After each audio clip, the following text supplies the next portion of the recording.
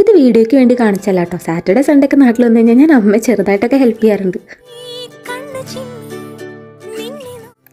അങ്ങനെ ബ്രേക്ക്ഫാസ്റ്റ് ഒക്കെ കഴിച്ച് കഴിഞ്ഞപ്പോഴാണ് അമ്മ പറഞ്ഞത് ഫ്രിഡ്ജിൽ പപ്പായ ഇരിക്കുന്നുണ്ട്, അതൊക്കെ ഒന്ന് സ്ലൈസ് ചെയ്ത് കട്ട് ചെയ്ത് വെക്കാം. ശരിക്കും പറഞ്ഞു കഴിഞ്ഞാൽ വീക്കിലി വൺസ് എങ്കിലും നമ്മൾ നമുക്ക് വേണ്ടിയിട്ടും അതുപോലെ നമ്മുടെ ഫാമിലിക്ക് വേണ്ടിയിട്ടും ടൈം സ്പെൻഡ് ചെയ്യാൻ നോക്കണം. ശരിക്കും കുറച്ച് കാലമായി ഞാനതൊക്കെ ഫോളോ ചെയ്യാൻ തുടങ്ങിയിട്ട് കേട്ടോ.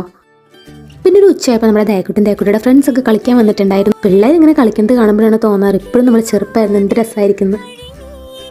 പിന്നെ വൈകുന്നേരമൊക്കെ ആയപ്പോൾ നല്ല ചൂട് ബജ്ജി ഉണ്ടാക്കുന്നതായിരുന്നു. അപ്പോഴേക്കും ഞാൻ ആ സമയത്ത് നമ്മുടെ ഗാർഡനിൽ പോയിട്ട് കുറച്ച് വെള്ളം നനയ്ക്കാനും അങ്ങനത്തെ ചെറിയ ചെറിയ പരിപാടിക്കൊക്കെ നിന്നു കേട്ടോ. അതിനുശേഷം നമ്മുടെ ദേക്കുട്ടിക്ക് നമ്മൾ കുറച്ച് മൈലാഞ്ചി ഒക്കെ ഇട്ടെടുത്തു. ഇത് കണ്ടിട്ട് ഞാനൊരു മൈലാഞ്ചി ആർട്ടിസ്റ്റാണെന്ന് കൂടി നിങ്ങൾ മനസ്സിലാക്കണം കേട്ടോ.